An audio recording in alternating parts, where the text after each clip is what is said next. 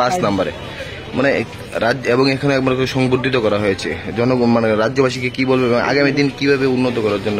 দেখুন, আমাকে ফিফথ পজিশনে রেখেছে, আমিও দেখেছি কালকে এটা কিভাবে হয়েছে। আমি শুনলাম যে তারা বোধহয় একটা সমীক্ষা করেছে ইন্ডিয়া টুডে, সেই সমীক্ষায় আমাকে ফিফথ পজিশন রেখেছে।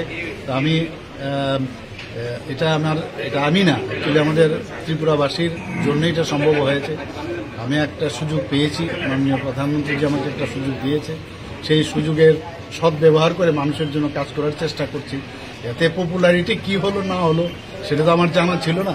তো যাই হোক, আমি ত্রিপুরার বাসীর হয়ে আমি ইন্ডিয়া টুডেকে আমি ধন্যবাদ দিতে চাই যে আমাকে এই জায়গায় ওনারা রেখেছে। আগামী দিনে আরো কি কর্মসূচি মানে রাজ্যবাসীর জন্য থাকবে? রাজ্যবাসীর জন্য তো করতেই হবে, আমাদের মানে যে জায়গায় খামতি আছে সেই জায়গায় আমাদের পৌঁছতে হবে। যেখানে দেখবো কোনো সমস্যার সমাধান করব, তো সেই দিকেই আমরা কাজ করবো। উন্নয়নের কোনো সাবস্টিটিউশন নেই, উন্নয়নই করব। Thank you.